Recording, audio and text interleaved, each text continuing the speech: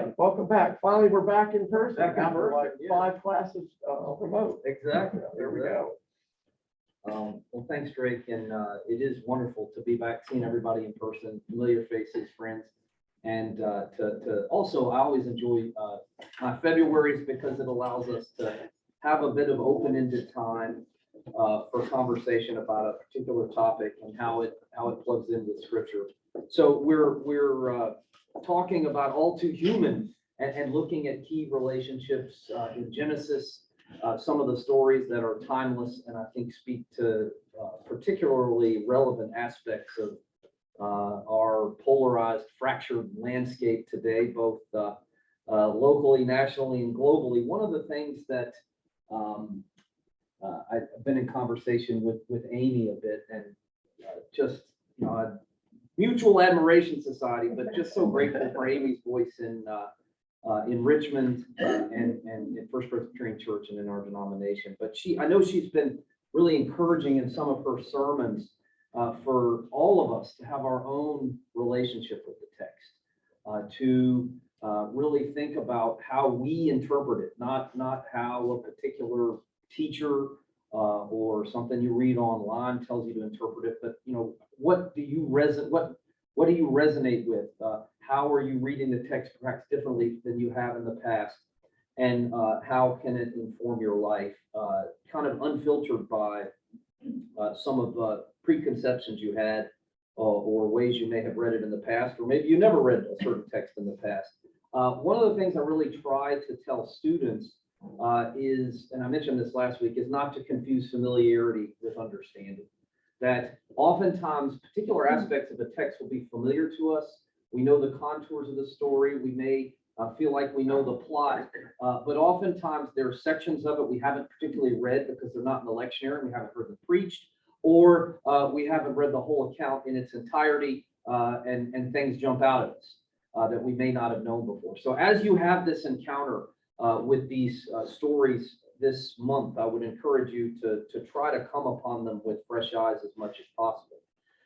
So last week we looked at Jacob and Esau. This week we're going to look at the Joseph story, and it's quite long. And so we're going to hone in on a couple of key chapters and have some spirited conversation about sibling rivalry and then a bit about sex. So it won't be boring.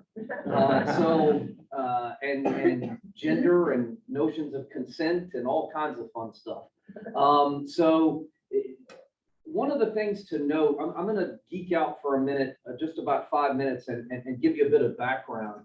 One thing that we would point out is we have a series of patriarchal stories, or sometimes they're called cycles in Genesis. We start with Abraham, we go to Isaac, we go to Jacob, and then we move to Joseph. And so these Genesis 12 to 50 can largely be outlined in those terms. One of the interesting things about the Joseph story, which stretches the longest from Genesis 37 to 50, is that it reads somewhat as a self-contained story. It is often referred to as a novella in the sense that it has an interesting beginning with Joseph's banishment. He descends into Egypt. He has all kinds of adventures, misadventures, and then he ascends to great power as the vizier in charge of Egypt, at which point he ultimately forgives his brothers for the wrong they have done. It's a wonderful, interesting, intricate story that's often referred to as a novella in the sense that, again, it's more tightly contained, has a more clear sort of arc than what we find with Abraham, Isaac, and Jacob. So just an interesting sidelight. Hannah, if you could pull up the start of the PowerPoint. I'm also going to share a couple of slides just again to geek out for a couple of minutes. If you could go to that first full slide. Yeah, that one. So when we're dealing with this material, we are dealing with what is known as a composite account, which means that this narrative comes to us from multiple sources. We have different threads that have been weaved together by editors. It was very common in the ancient world, the biblical writers, rather than putting things on the cutting room floor that might not mesh, they oftentimes would string together different narrative strands that were probably told orally about Joseph, and they combined them into one story. Let me just, and we're going to spend a couple of minutes on this. I would be remiss if I didn't. For instance, in Genesis 37, this is the story when the brothers are banishing Joseph.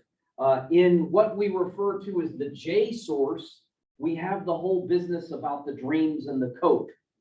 In what is often referred to as the E source, we have Joseph tattling to Jacob about how his brothers aren't tending the flocks where they're supposed to go.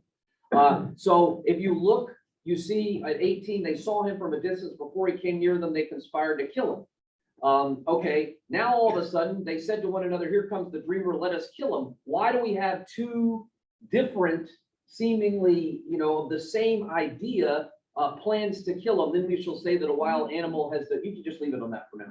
I'm trying to admit someone. But Oh, okay, sorry. Yeah. All right, so then we shall say that a wild animal devoured him, and we shall see what becomes of his dreams. So we seem to have two different strands. In neither of these accounts does Joseph die. That's the reason for that is because he's going to get sold into slavery. In one of the sources, he gets sold into slavery by the Midianites, they take him out of the pit. In the other story, the J story, he gets sold to the Ishmaelites. So again, we have somewhat competing details. If you could go to the next slide. So when some Midianite traders, they passed by, they drew Joseph up, lifting him out of the pit, sold him to the Ishmaelites for 20 pieces of silver, took Joseph to Egypt. Judah said to his brothers, what profit is it if we kill our brother, conceal his blood, let us sell him to the Ishmaelites and lay our hands on him, for he is our brother, our flesh. And his brothers agreed. So they're not going to kill him, they're going to sell him into slavery, but to two different peoples. So this is all kind of confusing. It all works out in the sense that he does descend into slavery. In one of the stories, Reuben is the key. If you'll remember, in some parts of Genesis 37, Reuben wants to save him, and he doesn't tell his brothers. He suggests putting Joseph alive into an empty pit so that he'll die there of starvation. And Reuben plans to save him in Genesis 37, 21 and 22. And then they sit down to eat a meal. And so then the Midianites happen by and take Joseph into slavery in the E account. Now, I know you didn't come here today for me to do source criticism for an hour, but it is pertinent to note that we are dealing here with a composite account. The same is true in other sections of Genesis. Have you ever noticed we have two creation stories?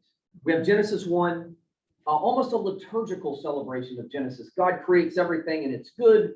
He celebrates the Sabbath day. And then all of a sudden in Genesis 2, everybody's farmers and there's somebody's needed to till the land. And if you look at it, the God in those stories is referred to by different titles and has somewhat different characteristics. God in Genesis 2 and 3 seems to be more of almost a grandfather figure walking in the garden, coming upon Adam and Eve.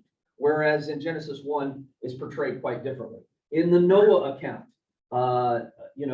they get on the boat a couple of times. In one account, they go in by twos. In one account, there are 7 clean and unclean kinds of animals. So different accounts there. The Joseph story is part of that.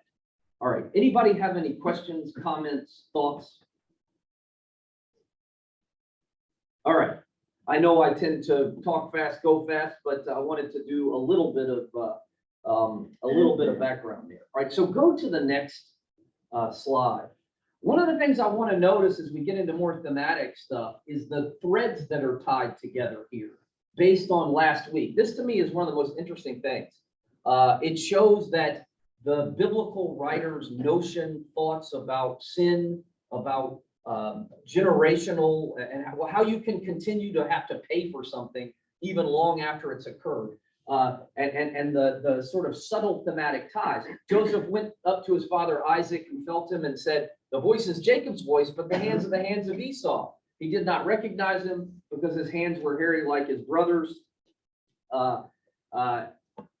so he blessed him. And so this, of course, leads to the cascade of events where Esau is tricked out of the birthright. And then again, we saw last week, there is reconciliation, but there's also great enmity for decades. And Jacob plays a big role in that. So notice here in Genesis 31, they took Joseph's robe, slaughtered a goat, dipped the robe in the blood. They had the long robe with sleeves taken to their father and said, "This we have found." And of course, it's not, Joseph is not dead, but they have made it appear that he's dead. "This we have found. See now whether it is your son's robe or not." He recognized it and said, "It is my son's robe. A wild animal has devoured him. Joseph is without doubt torn to pieces." Do you recognize the connection there? Do you see it? The same verb, he recognized him, same verb in the Hebrew. Also notice the fact that you're dealing with garments in both stories. The idea there being that Jacob is in a sense Jacob earlier in his life was duplicitous. He was dishonest. He tricked. You could say in one level he got ahead for his trickery, but then it seems to be the case in 31. Push comes to shove, and he receives his comeuppance for his trickery earlier in life.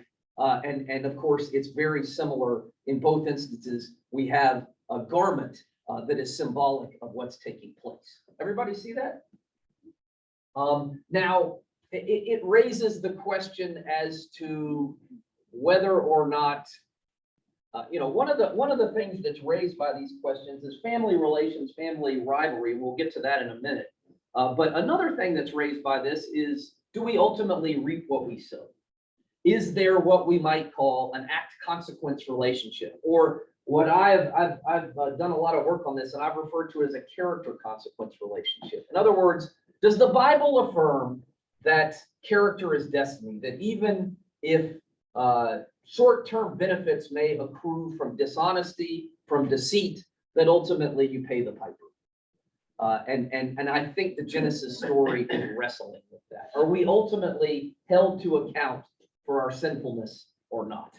And each of us is a broken, sinful person. And one of the things I really appreciate about these stories is they deal with this kind of deceit, with fracture within the context of a family. And the fact that oftentimes our family relations are the ones that are the most complicated. They're the most marked by rivalry, by affection, and the interplay between rivalry, affection, jealousy, deceit, both in our family of origin and in our nuclear families can often be quite complicated.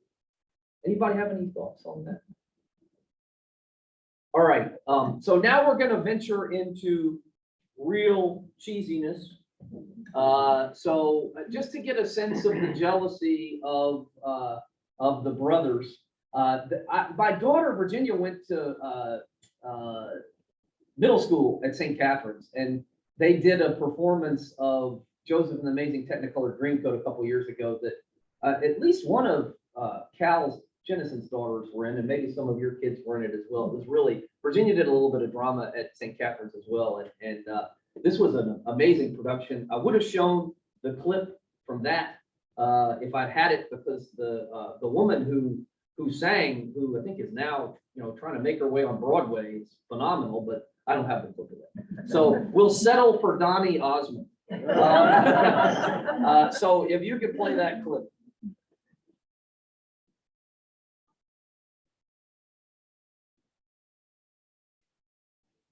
Joseph's mother, she was quite my favorite.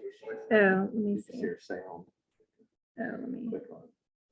You do share screen and click on sound. Yeah. You can also Should do new share. you can also put it in the chat and have people watch it on like.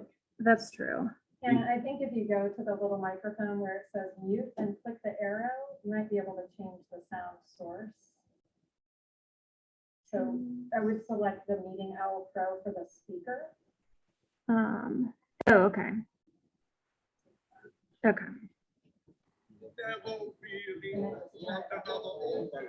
Joseph was my joy because he reminded me of love. Through Jacob lived his youth again, loved him, praised him, gave him all he could, but then he made the rest feel second best. And even if they were being told we're also rats, does not make us Joseph fans. But where they have really missed the boat is we're great guys, but no one seems to notice. Joseph's charm and ornate smiles failed to slay them in the aisles, and their father couldn't see the danger. He could not imagine any danger. He just saw in Joseph all his dreams come true. Jacob wanted to show the world he loved his son, to make it clear that Joseph was the special one. So Jacob bought his son a coat, a multicolored coat to wear. Joseph's coat was elegant, the color was fine. The tasteful style was the ultimate design. And this is why it caught the eye. A king would stop and stare. And when Joseph tried it on, he knew his sheepskin days were gone. Such a dazzling coat of many colors. How he loved his coat of many colors. In a class among the rest, it even went well with his vest. Such a stunning coat of many colors. How he loved his coat of many colors. It was red and yellow and green and brown and blue. Joseph's brothers weren't too pleased with what they saw. We have never liked him all the months before, and now this coat has got our ghost. We feel like it's unfair. And when Joseph grew to succeed, his brothers turned a shade of green. His astounding clothing took the biscuit, like the smoothest person in the district. I look handsome, I look smart. I am a walking work of art. Such a dazzling coat of many colors. How I love my coat of many colors. It was red and yellow and green and brown and scarlet and black and ochre and peach and ruby and olive and violet and I look handsome, I look smart. I am a walking work of art. Such a dazzling coat of many colors. How I love my coat of many colors. It was red and yellow and green and brown and scarlet and black and ochre and peach and ruby and olive and violet and fall and violet and gold and chocolate and gold and cream and crimson and silver and rose and azure and lavender and russet and gray and purple and white and pink and orange and blue. So let's talk about that for a minute. I mean, is it, so what are you, you know, it is, yes, it is sure cheesy.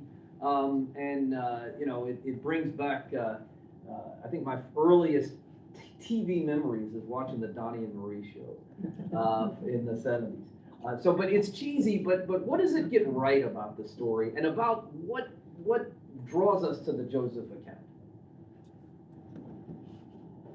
Joseph wasn't all that smart. Because he doesn't, why is he not smart? Because he doesn't pick up on what's going on? Well,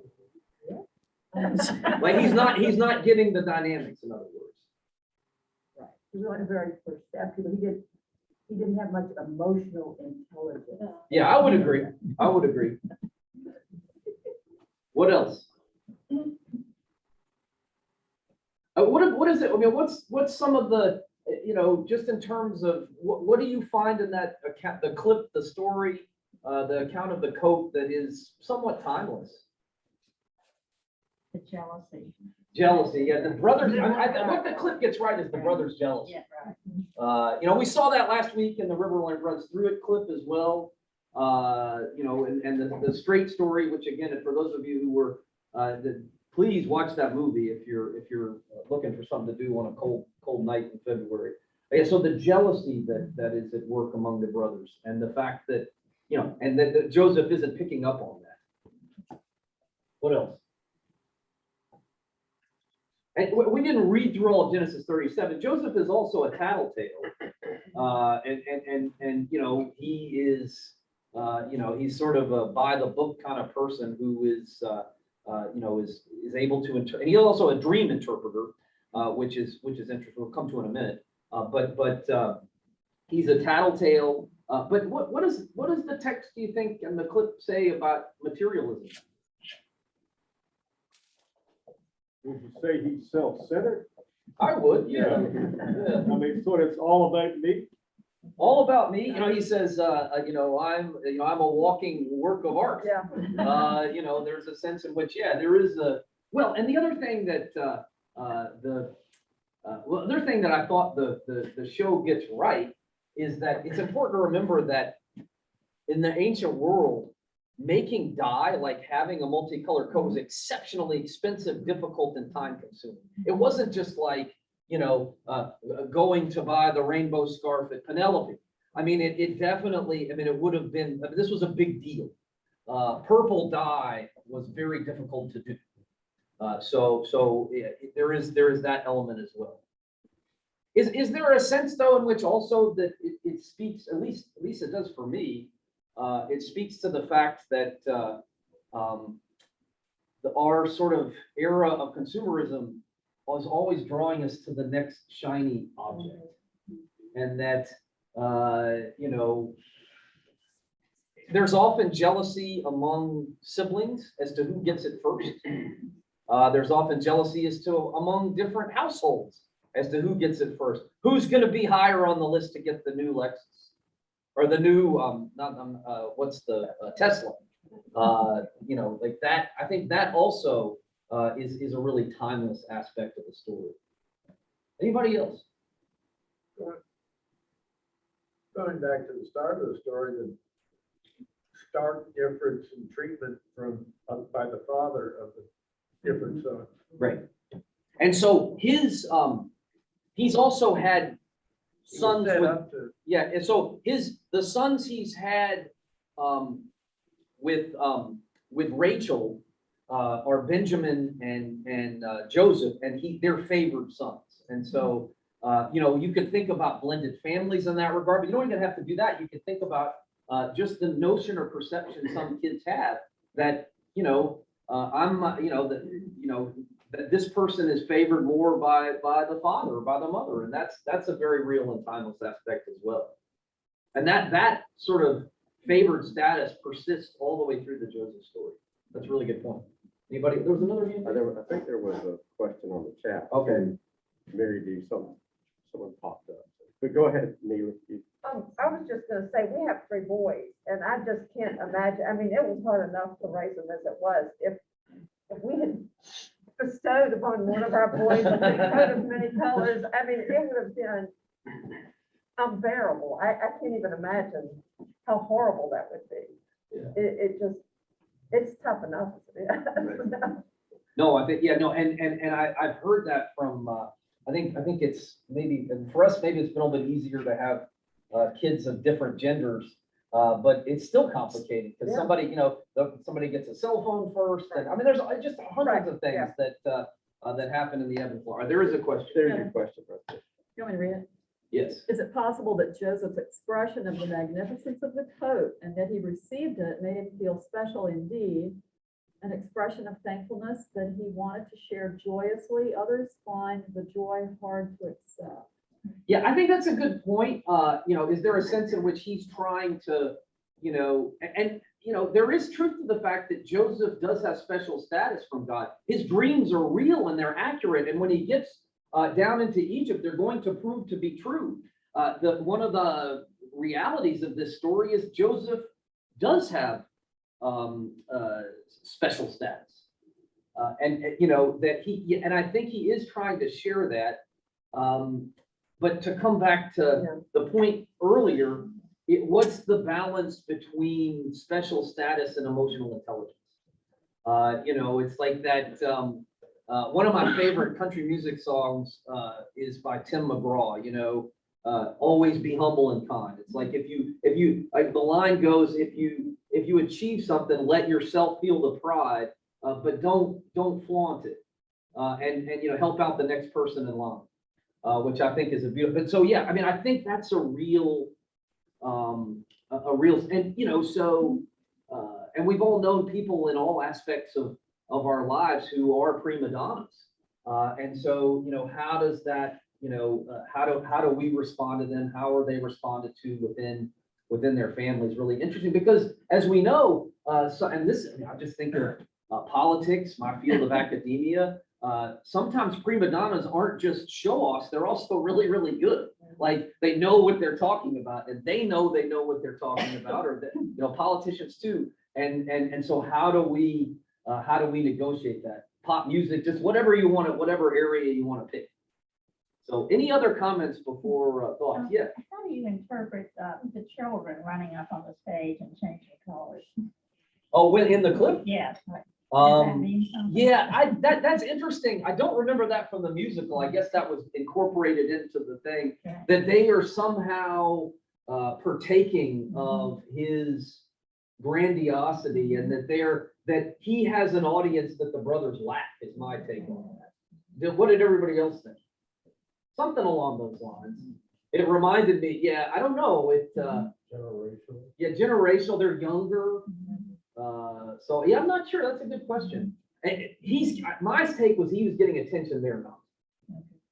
But I'll have to think about it, because I mean that's not in the musical, so it was just in the, and I don't think this was made into a movie. This was just a clip that was, yeah.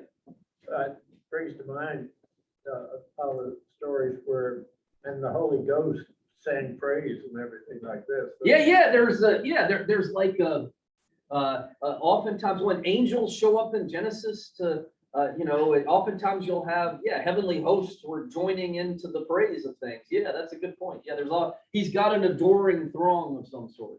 All right, let's move to, Hannah, if we could move to, now we're going to move from out of one frying pan and into another. This is a juicy, dicey, complicated story in Genesis 39, which some of you may know, and have looked at, but maybe not in a while. Oh, if I move around, people can't see me, right? The owl was supposed to follow you. so- Oh, okay. There you go. So I move around when I lecture, so the way I feel is, so we're moving to Genesis 39. And so Joseph, this is the tale of Potiphar's wife. And it gets us into notions of consent, accusations of rape, presentations of the seductress. I would do just one 10-second sidebar and say, it's important to remember that there is a great deal of content in the Bible that's not for children. And we forget that there is, this would be one of those stories that I would not use with kids. The Joseph story is great, and kids really latch onto it, especially all that we just did in Genesis 37, but I would glide right by 39 and get to the baker and the cupbearer in prison, because this one is definitely an adult story. It's a fascinating, relevant story, but it does, I would not have taught it to my 7-year-old. All right, so this is the tale of Potiphar's wife. Joseph is in the service of Potiphar, and we didn't look at these verses. We're not going to look at them as well time, but everything Joseph touches prospers into his hand. God is with him in verse 2 of this chapter, verse 3, verse 5, verse 6. If you look at in verse 8, for example, my master has no concern about anything in the house. He's put everything that he has in my hand. And he talks about how we can't sin against God. And so there is a sense in which Joseph has a good relationship with God, is favored of God. I think to come back to an earlier point, Joseph is a more upstanding, less obnoxious character in this chapter than he was in 37. So this is one of the, so we have, this describes Joseph's descent in a sense. He's descending into Egypt. He's going to descend into prison and then rise up again. and dominate them. So this is again, there's an arc of the story. Let's read the passage that we have on the PowerPoint. Joseph is handsome and good looking. After a time, his master's wife cast her eyes on Joseph and said, lie with me. But he refused and said to his master's wife, look with me here. My master has no concern about anything in the house. He's put everything that he has in my hand. He's not greater in this house than I am, nor has he kept back anything from me except yourself, because you were his wife. How then can I do this great wickedness and sin against God? All he spoke to Joseph, she spoke to Joseph day after day. He would not consent to lie beside her or to be with her. One day, however, when he went into the house to do his work, no one else was in the house. She caught hold of his garment, saying, lie with me. But he left his garment in her hand, fled and ran outside. When she saw that he had left his garment in her hand and had fled outside, she called out to the members of her household and said to them, see, my husband has brought among us a Hebrew. Notice the use of Hebrew there, the pejorative, foreigner, to insult us. He came in to lie with me. I cried out with a loud voice. And when he heard me raise my voice and cry out, he left his garment beside me and fled outside. She kept his garment by her until his master came home. She told him the same story, saying, the Hebrew servant whom you brought among us came in to insult me. But as soon as I raised my voice and cried out, he left his garment beside me and fled outside. So a scene that's very fraught with tension, with false accusation. And I want to unpack it for just a minute. Joseph here, and I'm leaning on a wonderful biblical scholar named Susan Niditch, who calls him a wisdom hero. He's very similar, wisdom hero in the sense that he plays by the book, he interprets dreams wisely. He's very similar to the figure in the book of Daniel, who is in a foreign land exercising controlled discretion, and he is interpreting dreams in very precarious circumstances. So he is upstanding to a fault in this scene. All right, but what about, so Joseph, in a sense, he's hardworking, he's sober, he's God-fearing, and he's able, as Niditch says, to resist forbidden fruit. And so what are we going to say about the woman?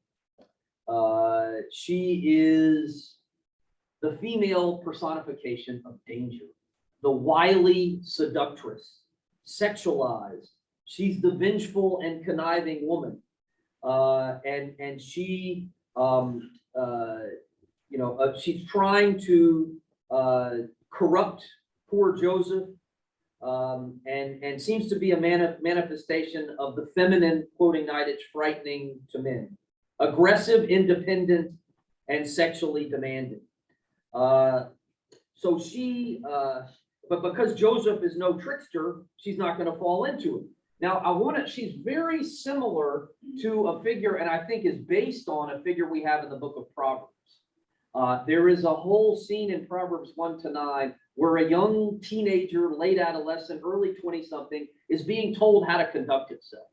And the femme fatale, the person he is supposed to avoid, is the strange woman, the foreign woman. And he's supposed to attach himself to Lady Wisdom, to learn, to be pragmatic, and not to get into trouble. And adultery, sexual indiscretions are seen to be the ultimate indicator of if you fall astray. So let's look at a passage from Proverbs 7, and you can see how much it's similar to what we find in Genesis 39. A woman comes toward him, decked out like a prostitute, wily of heart. She's loud and wayward. Her feet do not stay at home. Now in the street, now in the squares, and at every corner she lies in wait. She seizes him and kisses him.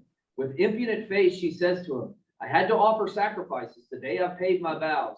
So now I've come to meet you. Come, let us take our fill of love until morning. Let us delight ourselves with love.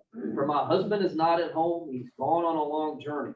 If it were the Adams translation, verse 19 would be much more, I'm sorry, I can't see that far. 18, I skipped a few. 18 would be much more graphic. Again, I wouldn't teach this one to 7-year-olds either. Skipping ahead a little bit, with much seductive speech, she persuades him, and with her smooth talk, she compels him. Right away he follows her and goes like an ox to the slaughter or bounds like a stag toward the trap. Until an arrow pierces its entrails, he's like a bird rushing into a snare, not knowing that it will cost him his life. And life there would refer to he's going to go down the wayward path. He's going to be corrupted. He's going to be a bad person, corrupted by the seductive temptress who personifies sexual exploits, but broader than that, waywardness from God's chosen path, waywardness from wisdom.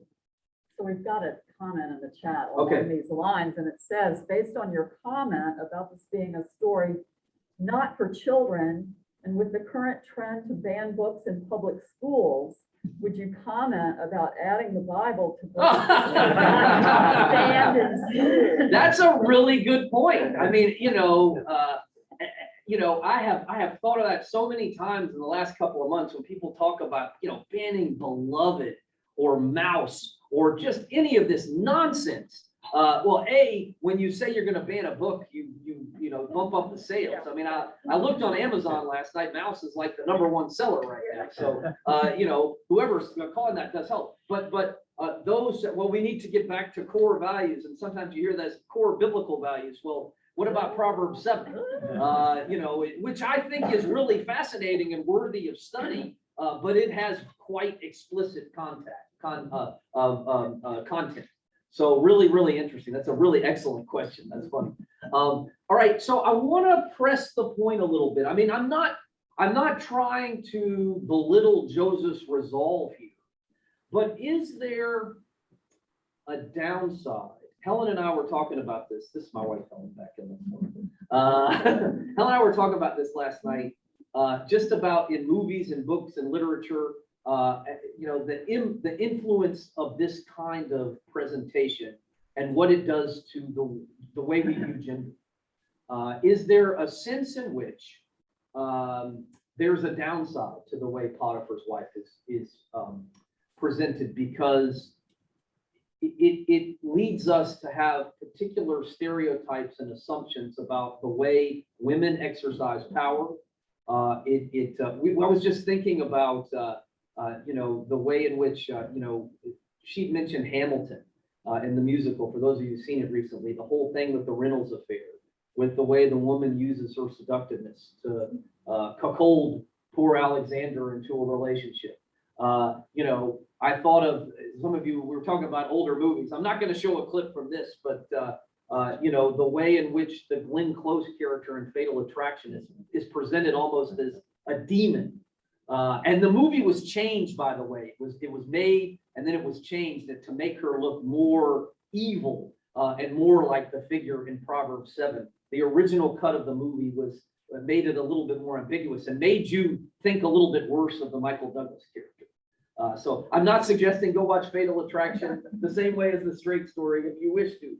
But the way in which there is a implicit aspect of this text that we have to be, cognizant of, that sees female sexuality as inherently dangerous, sees women as tramps, as seductresses, as temptresses, and that this has led to some unfortunate and in some cases dangerous interpretations over the years. I know that's a provocative thing to suggest, so I'd be curious as to see if anybody has any response to that. And it's going to lead into what we talk about next week, and I'll say more about that in a minute. Responses to that, thoughts. And you may be thinking of this a little bit for the first time. Jokingly, I'll say it's obvious the Bible was written by males, given. Yes. Yeah, no, that's a good point. Yeah, that this is a male's perspective. I was hoping someone would say that. That's an excellent point.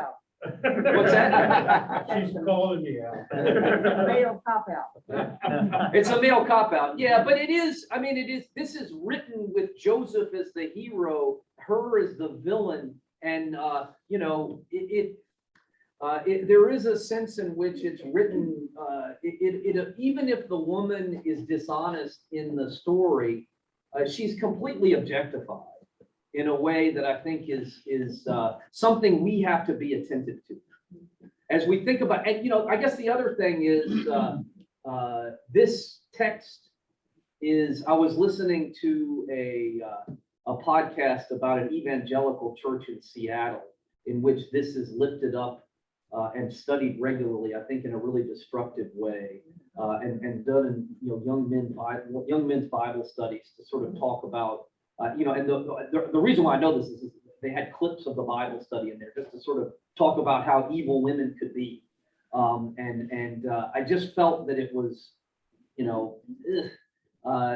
was a kind of a slippery slope that they were going down. So I think that we just, we have to be attentive to the power dynamics in this story, as well as to the fact that, Joseph, yes, Joseph is a good guy. He is the wisdom hero who does, refrain from, succumbing to her temptations. But at the same time, this and Proverbs 7 can often lead us to, and the same is true, by the way, elsewhere in Genesis.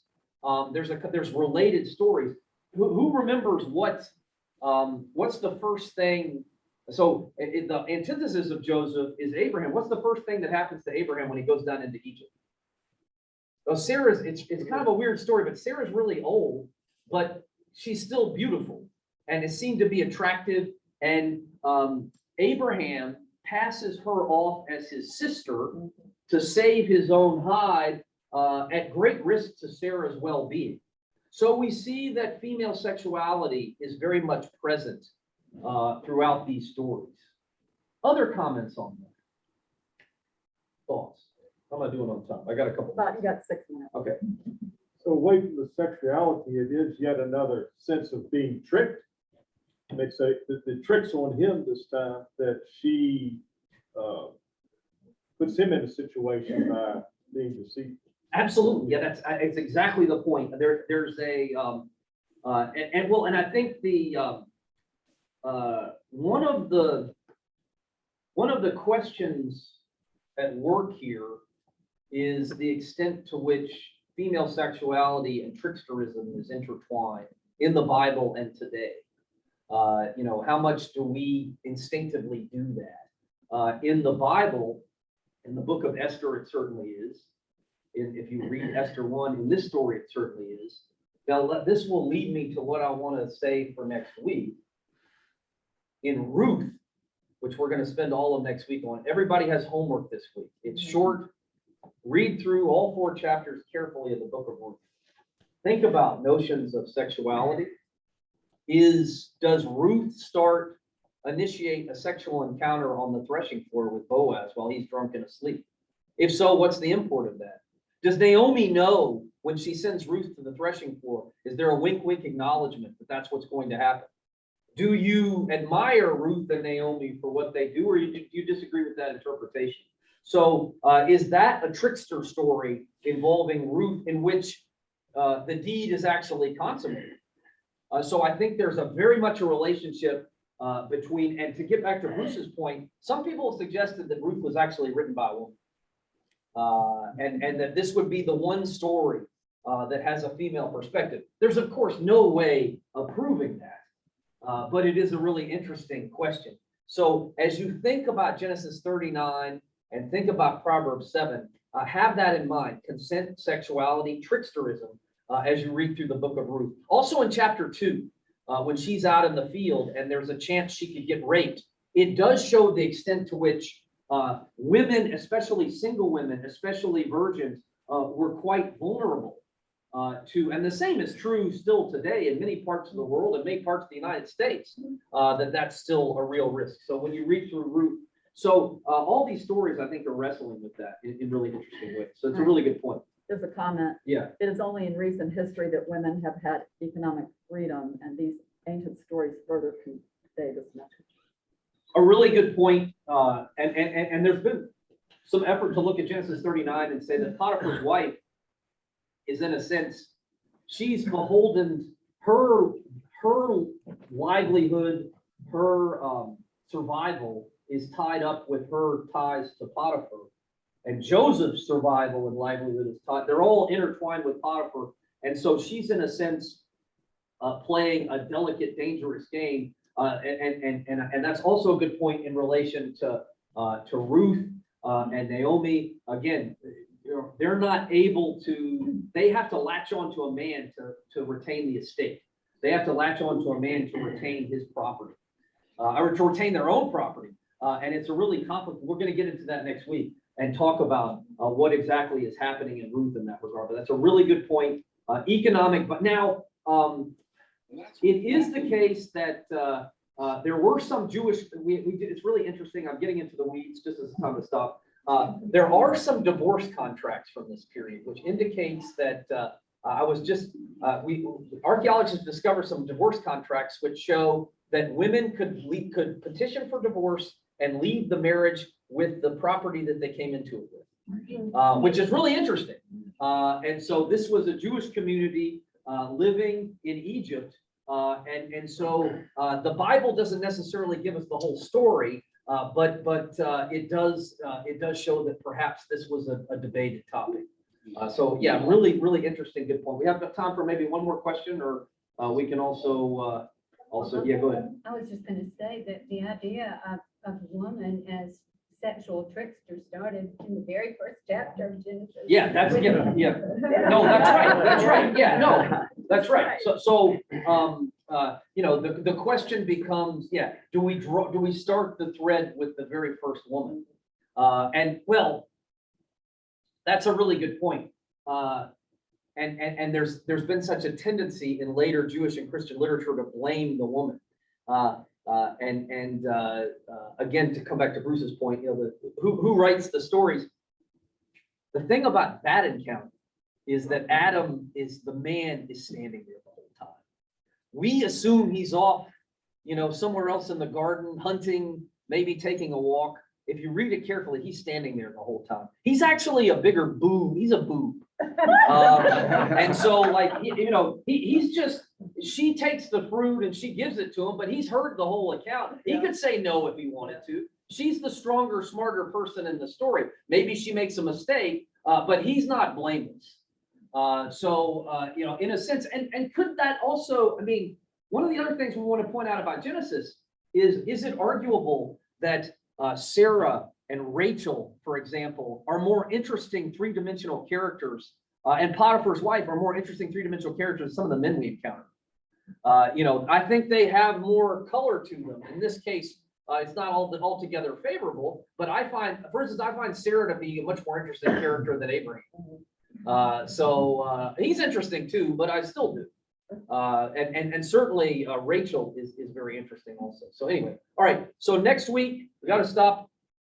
Next week, please read through the whole book of Ruth. It won't take you 20 minutes. Take half an hour and read it carefully. And that will give us more, and especially pay attention to chapters 2 and 3. And think about what's happening in Ruth 3 on the threshing floor scene. Right. All right. And while you're reading Ruth, ladies, please stop trying to play tricks on men. And gentlemen, please resist any tricks they try to play. Is that fair? Happy Valentine's Day. There you go. Valentine's Day, sir. Stay on great class. All right, thanks. Good to see you. See you next week. Thank you. Yeah, I forgot this is Valentine's Day. I think everybody in a romantic mood. Oh, yeah. I See right there where it forgot. says share? That's Yeah. it. So when you play a video on YouTube, it's like you hit that, Yeah. you're